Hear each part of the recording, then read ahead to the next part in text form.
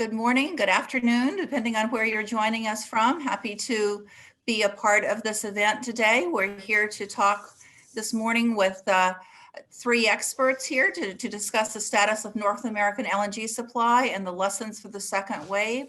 What we're going to do is just ask each of our speakers to sort of talk very briefly about their areas of expertise and sort of set the stage for what we see coming up and set the stage for our further discussion. We're going to hear first from Erin Blanton, who's a senior research scholar at the Center on Global Energy Policy at Columbia School of International and Public Affairs. Then we'll hear from Andy Brogan, Global Oil and Gas Sector Leader for EY, and then Clair Marceaux, who's the Port Director at the Cameron Parish Port. So Erin, would you like to kick us off here? Sure, thank you, Dena. So natural gas has actually been fairly resilient when compared to the impact of COVID-19 on other energy sources. The latest IEA forecast has natural gas demand declining by 3% in 2020, which is significantly less than the 8% decline in both oil and coal demand this year. LNG trade will increase by approximately 3%. So the supply curtailments have mainly occurred through reduced pipeline volumes, which I think speaks to the strength of the LNG market, even in the face of the worst of circumstances. And while the focus has been on cargo cancellations in the US was a third of supply cuts, and the other 2/3 came from outside of the US. US exports have now returned to full utilization, and with feed gas deliveries hitting a new record of 11.5 BCF a day. There is emerging consensus that next year we will see US cargo cancellations again, but I would argue that that is not assured. A lot depends on what the global demand picture is like and if there are other supply outages. US utilization reductions were also predicted in 2018 and 2019 and never materialized. So it took a global pandemic to see that scenario play out. I believe the longer term impact will be on investment. There have been no FIDs this year, and it could be challenging to see FIDs in 2021. Unless there is a sustained improvement in prices beyond the uptick in Asian winter buying we are currently seeing. I think it will be particularly challenging for second wave US projects to get financed after a year where existing project utilization fell to 1/3. That would be exasperated by cancellations again next year. So on the flip side, if that doesn't materialize, it will be a factor for an improved outlook for US project financing. And finally, I would say that new US LNG supplies will also have to consider how gas is positioned in a decarbonizing world, given the number of countries and companies that are making net zero pledges. And addressing methane will be crucial to the future of natural gas and specifically to US exports of natural gas. And I'll leave it there. Thank you. All right, Andy, over to you. Thank you. Thanks, Erin. I don't want to repeat everything that Erin's just said. So I'll just build on a couple of points. I mean, one, I think from a long-term perspective, we still think there's a fairly benign market for LNG. Something has to fill in as the dispatchable power source in renewable heavy systems, and the alternatives that are out there at the moment, be they batteries, hydrogen, nuclear, are either beset with perception problems, very new technology that isn't proved and scalable, or have supply chain issues, which means getting them at scale is going to be a challenge. So we still think into the long-term scenario, it's quite a benign market. The takeaway from us for this year has just been how robust the Asian markets have been and how quickly they've come back, which has pluses and minuses for the North American LNG sector, given the competing projects that are close to that market. And then I just build on the points that Erin's made about financing, and that's my background, both from a debt financing and an equity financing perspective. The march of ESG compliance through the financial institutions is, I would say, now unstoppable. And how these projects are positioned in that context is going to be an increasing weighted thing in terms of how easy it is to get financing and how much that financing costs. And I'll leave it there, Dena. Okay, thank you. Clair? Good morning, good afternoon, good evening. I would echo everything that Erin and Andy just so brilliantly went through. And I would say that my direct experience in the Cameron Parish Port District with projects like Cheniere Energy's Sabine Pass facility and Semper's Cameron LNG facility, and now with the construction of Venture Global LNG's Calcasieu Pass facility, we looking into the future from Cameron Parish with those three projects, two of which, as you know, are already exporting, one Venture Global LNG under construction. We must very closely pay attention to sea level rise and subsidence and continued climate change and their impacts, not only in North America, the Americas, but the global LNG market. I think that we've seen a fairly robust recovery in terms of not only COVID-19 with those particular projects, but we've also seen them rebound, having prepared significantly for natural disasters. We've seen them be able to come back, if you will, not only from impacts related to supply and demand for their product, but as well as the impacts of natural disaster and how quickly they've been able to overcome those issues that we're facing globally. So that's the focus of my work, is helping to support those particular projects and how they play on the global market. So that would be my my addition to what Erin and Andy have both so eloquently mentioned. Well, before the pandemic, there was a lot of conversation about the second wave of LNG projects, and all three of you seem optimistic about future investment. Can you sort of delve into that topic a little more and tell us what do you think the current investment outlook looks like for this so-called second wave? Who would like to start off with that? I'll start. So one of the things that we're seeing with projects in my particular port district, which encompasses nearly 2,000 square miles, are projects like Commonwealth LNG, G2, what had originally been G2 LNG, which is G2 green, projects like Magnolia LNG, which is outside of my port district, Lake Charles LNG, Energy Transfer, Monkey Island LNG, these projects that are still continuing to move forward. They're working on all aspects of their Federal Energy Regulatory Commission licenses to export and construct their facilities. They're also continuing to work on investment opportunities globally. So we have, in my particular port district, not seen any hesitancy on the part of those projects. They are continuing to press the proverbial gas pedal and not the brake.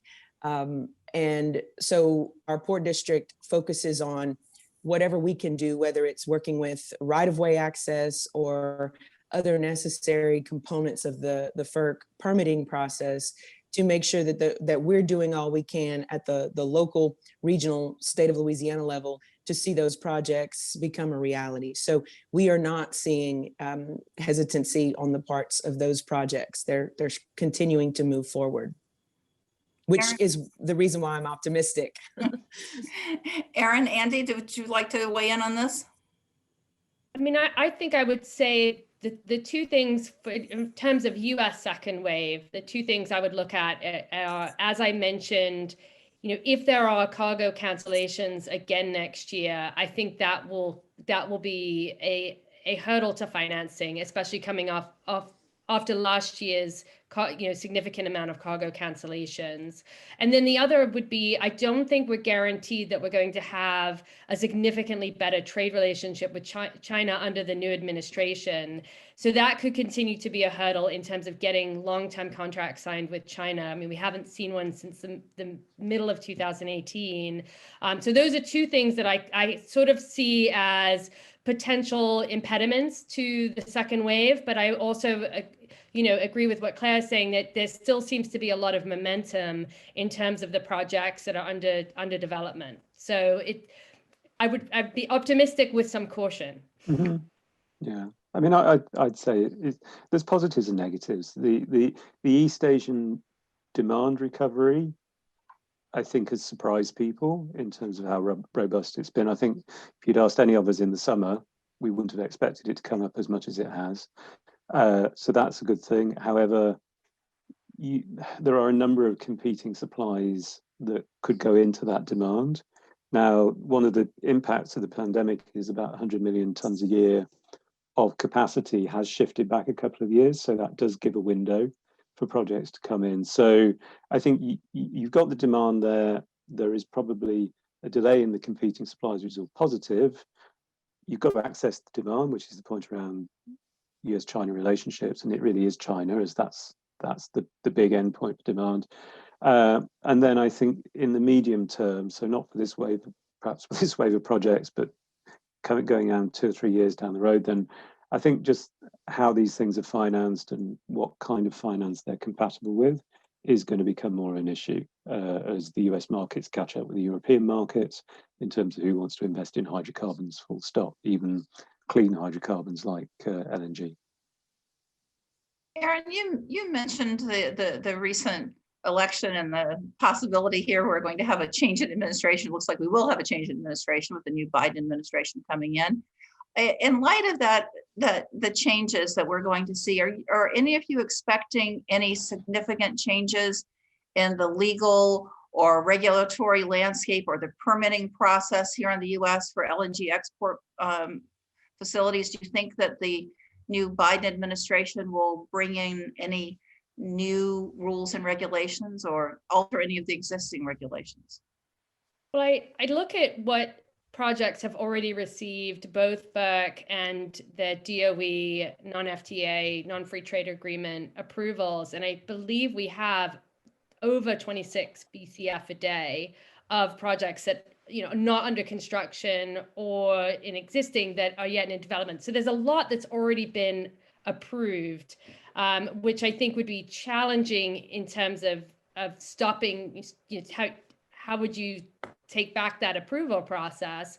I could see where there may be, and we expect that they will be looking at the rollbacks of methane regulations for oil and gas producers, that EPA rule. There could be, leasing, fracking, either ban or some ban on new leasing on federal lands. There's nothing that I would say, look, this is significantly going to shift our export outlook.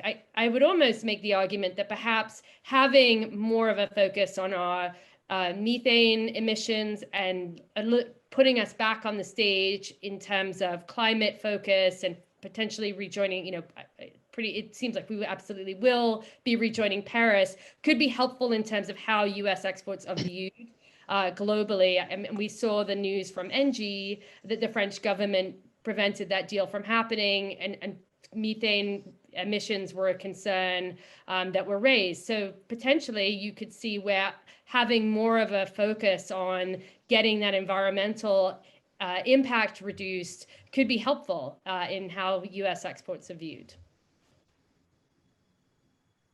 Anyone else want to jump in on this part of the conversation? I was just going to say, I think for us, we would see that the regulatory risk is probably more upstream. So it's a fair point. I mean,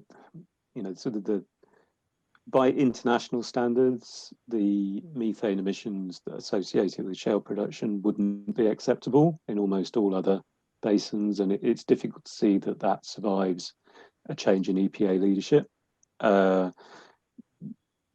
think there is a question mark to the extent that it's a federal reserve power about increasing pipeline capacity in terms of bringing more gas to the coast, if and when that became an issue.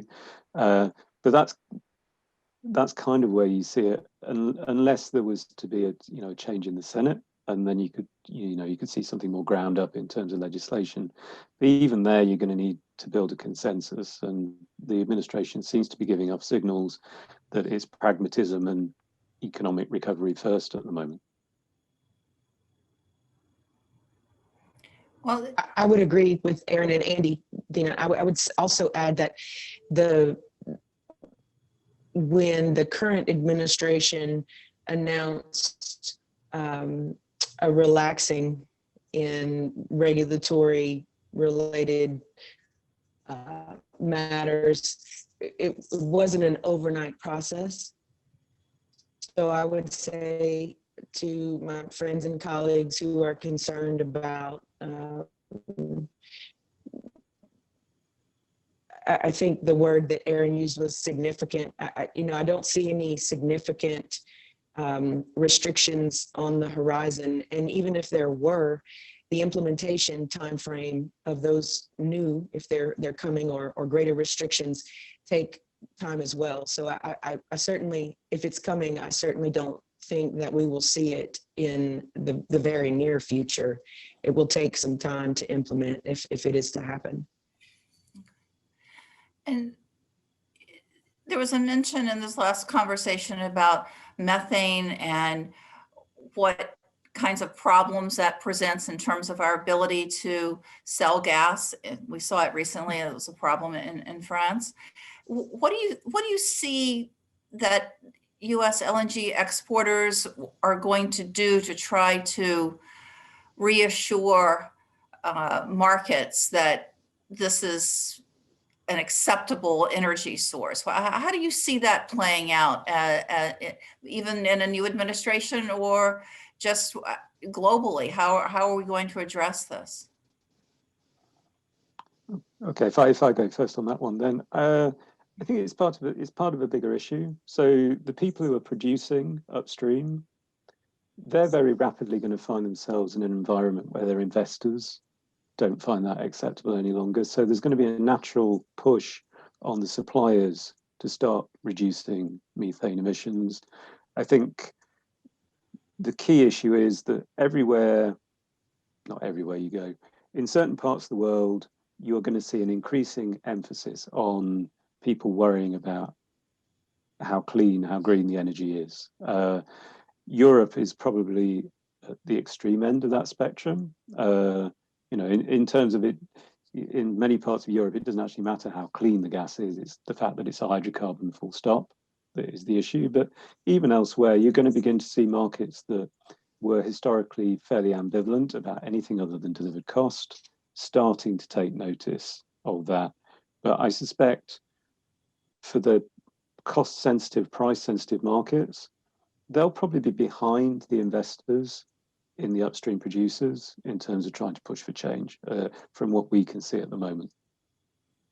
I would just add to what Andy said, that I think there are some things that are happening on a state level in terms of flaring and pushing for reduced routine flaring. We've just seen that in Colorado. It looks like New Mexico on their part of the Permian are looking to move in that direction. So certainly stopping flaring, especially when we've seen, studies that are showing that, 1 out of every 10 flares has not been lit or is malfunctioning. There is a source of methane that could be pretty easily resolved. And then I think there are just perhaps more stringent regulations in terms of fixing leaks, when leaks have to be fixed, monitoring of equipment, nothing that's sort of out of the bounds in terms of technological capacity or cost. And that's something that I think also that some operators like Cheniere have, as the largest buyer of gas, could say is something that they're very focused on. And I think we're starting to see that evolve. And as Andy noted, as well as investor pressure, could lead to those changes that you were asking about, Dena, on what could be done on the upstream side that can then show that we're focusing more on the emissions profile of our gas. And Andy, just following up on that investor pressure, how does that manifest itself? How are you seeing that playing out in the market? A number of different directions. So from the equity side, we're seeing an increased volume of available equity capital being intermediated through ESG compliant funds. We're seeing an increased level of activism that comes with that. So a lot of companies are now looking at how they comply with the eligibility criteria for those funds. And then that means starting to do things around, not just environment, but social and government as well.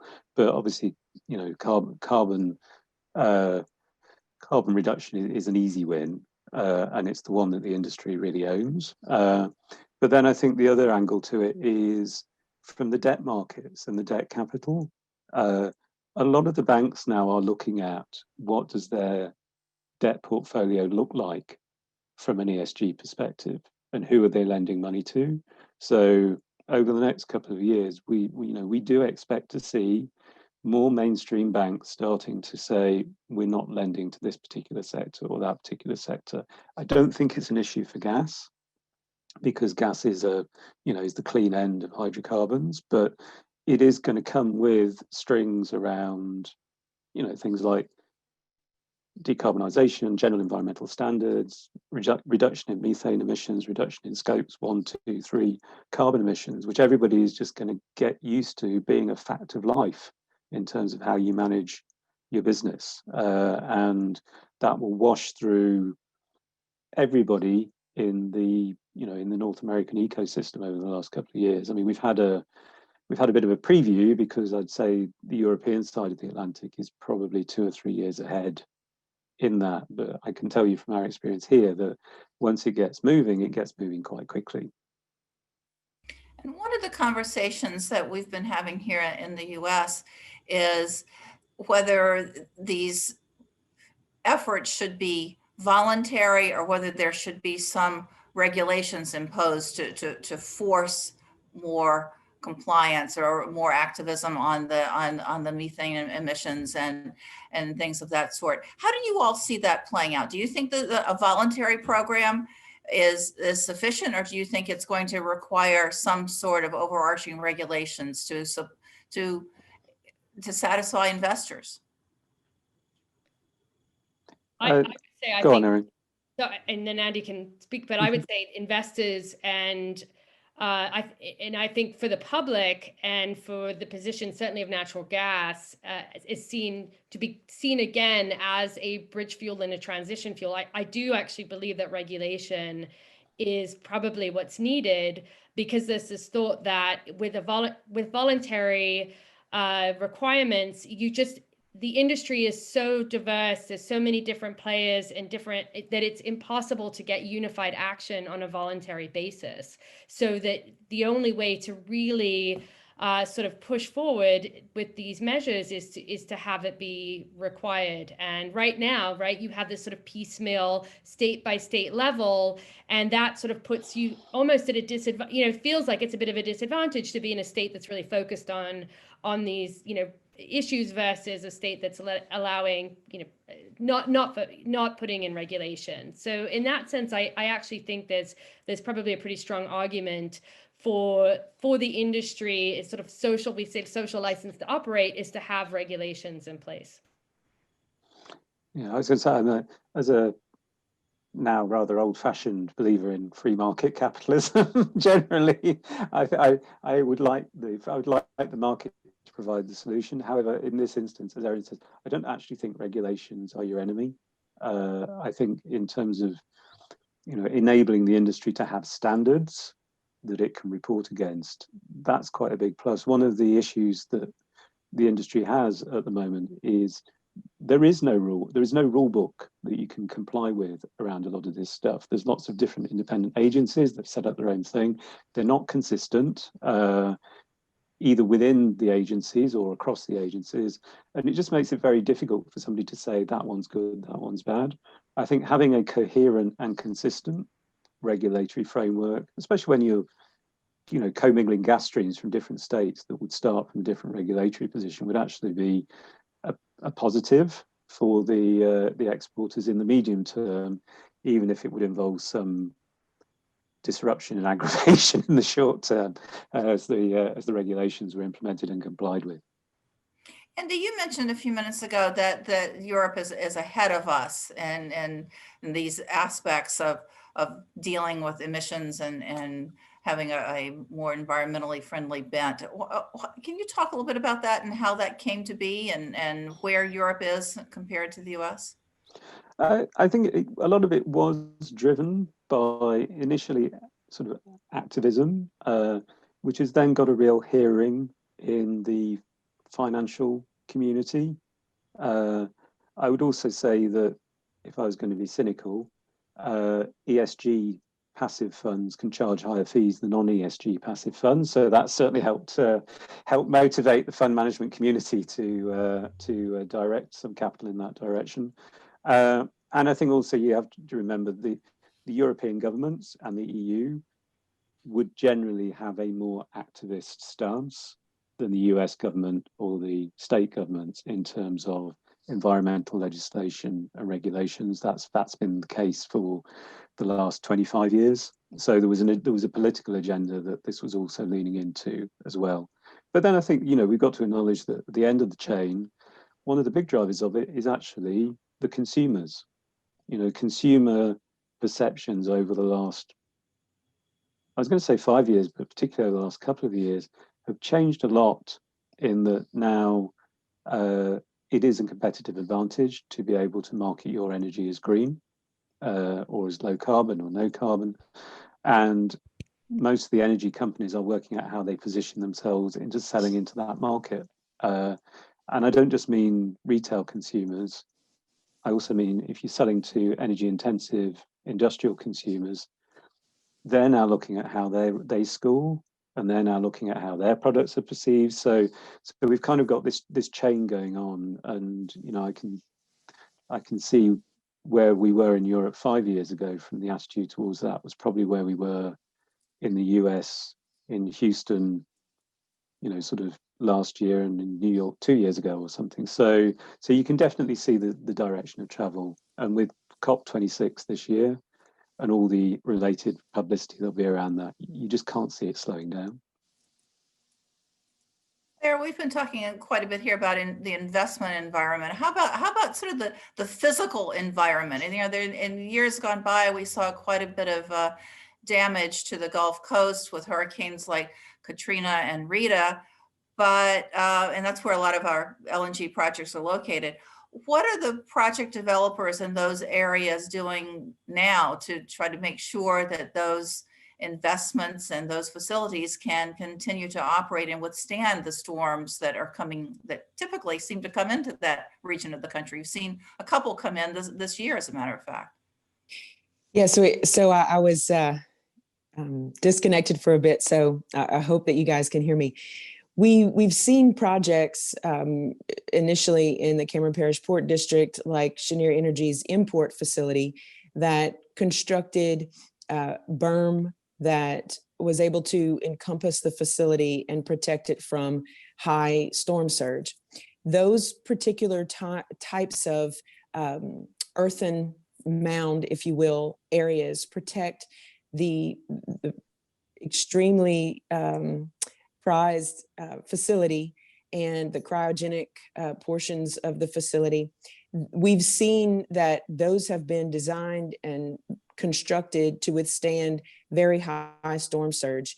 Hurricane Laura, most recently, August 27th of this hurricane season, had, according to the National Oceanic and Atmospheric Administration, somewhere between 18 and 20 feet above sea level of storm surge.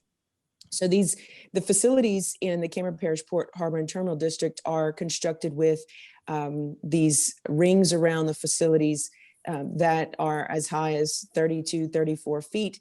So we saw that those particular structures held and were not overtopped. They were not breached by the storm surge or wave action. We saw their pumps working. We saw no injury to humans, which is number one priority for us. In the state of Louisiana, we've adopted several years ago with Hurricanes Katrina and Rita, build safer, smarter, and stronger. And so we've seen facilities do that. All of the facilities that are in the Cameron Parish Port District are constructed with those same types of protective barriers around them. And I believe that we'll continue to see those. They have proven with their construction that they are able to withstand, with Hurricane Laura, for example, 3 hours of 150 mile an hour sustained winds and 171 mile an hour recorded wind gusts before the instruments that measure wind actually broke. So we collectively, as a region, as a state, are building in that same way, residential, commercial, And we are very proud that industry has continued to invest on the immediate coast of Louisiana. And it's because of their ingenuity in the implementation of building safer, stronger, and smarter that we're seeing these projects be so resilient. Interesting. We've talked a lot in this conversation so far about the US market. What are we looking at for the Canadian export market? Are you as optimistic on that as you are the US market? I mean, Andy, I don't know what your opinions are. I think we're a little bit, I would say it's more challenged just for the construction costs of building in Western Canada is a undertaking undertaking in terms of where those proposals are and the length of pipelines to get to them, over the terrain that they have to go, as well as, so far, First Nations issues have been, I think, relatively resolved in terms of, the LNG Canada project, but it was problematic for some of the other proposals. And I wouldn't say that that's necessarily going to go away in the near future. So I would say that I think it's going to be very challenging for the project costs that are needed or the break-evens that are needed up there to see many more projects getting developed. I don't know if Andy, if your views are significantly different or not significantly different. I mean, I think one of the issues, as you rightly note, is there is a cost issue. I think also the fact that every time you do one of those, you've kind of got to thread the needle, literally in the case of the pipelines, in terms of getting the land route, getting the permits, getting the First Nations into a position where they're happy and signed off. And some of them done a brilliant job with the First Nations. I was at an event last year when actually one of the First Nations came to speak at it because they thought they'd done such a good job. But it's not just the cost, it's the time and the uncertainty that comes with that. So if you've got a choice between deploying $1 on one of those projects or deploying $1 on a sort of a Gulf Coast project, then you're not just looking at the commit between the two, you're also looking at, am I looking at a risk of 1, 2, 3 year differential to first cash flow from the Canadian projects? And am I looking at a significant risk that there might be a legislative or regulatory change coming down the track that will interrupt the whole process? So it means in practice, you need an extremely robustly financed and determined lead project sponsor to move them forwards. And the ones that are moving forwards, that's why, because they've got one of those super major sponsors that's prepared to, really stick with it. Interesting. Earlier in our conversation, I think all of you mentioned the pandemic and the impact that has had on the market and cancellations of cargoes. It seems to be, from what you all are saying, that the outlook is optimistic. Has it really turned around? Were you surprised by the number of cargo cancellations that came about earlier in the pandemic? And talk a little bit, if you would, about what you see the sort of short-term and medium-term future looking like for those cargoes. I can. Who's going first on that one? I can kick off again. I mean, I think again, it was unusual, the circumstance, right? We're in a pandemic. It's very hard to forecast that would have happened. And I think that the two things I took note of were, one, we had predictions of cargo cancellations from the US in previous years that did not materialize. And secondly, we had, cargo cancellation started in April, so it's a little bit of a delay, and we didn't go to zero utilization, right? There was still a third of our cargoes that were getting exported, even when the economics seemed that why would any cargo get exported? So to me, there are other factors at play with turning or reducing utilization in an LNG export terminal that are a factor in this, as is that the operators of these terminals can also try to resell cargoes, and there's some flexibility there. So when I look into next year, and I would say that I am relatively optimistic that that LNG is going to be, is going to rebound in terms of demand pretty significantly. And I think that I don't think it's as likely as I've been hearing in other places that we're going to automatically get these cargo cancellations anytime there's if there's a slight dip in prices, or it's it's a spring season, so demand isn't as robust, so immediately US utilization will come down. I don't necessarily think that's the case. I actually see a more constructive picture for US volumes. And again, I'll see what Andy thinks. I don't disagree. I mean, would anything have surprised any of us back in March, April? I mean, we had negative oil prices in March, April. I mean, this was a crazy year. And I'm really hoping this is the once in a century event in my lifetime. So nothing surprised me. Perhaps it surprised me a bit that things were a little more robust than I thought they would be. On next year's demand, it seems at the moment to be reasonably robust, because the economic activity in East Asia seems to be surprising on the upside. And I did look yesterday, because I knew we'd be talking about this today, and I saw that the US-Asia differential is back up to about sort of $4 per MMBTU from zero when cargoes are being cancelled. So do we run the risk of a mismatch in demand and supply at some point? Always, yeah. But I mean, we do seem to be in a more benign environment than I thought we would be. I'm certainly cautiously optimistic, tending to be on the more optimistic side after hearing Erin and Andy's comments just now. I think that I don't think any of us knew what impact we would see. Everyone was sort of waiting with bated breath to see how things would actually play out. I mean, if you think about Cheniere Energy's Sabine Pass facility going from earlier this year, from exporting, say, 32 vessels to 8, 9, then 16, then, we're back up last month, 28 vessels leaving that facility. I think that for our port, our public port authority, what we've seen play out is there is very high, overwhelmingly high support for these particular projects to be successful.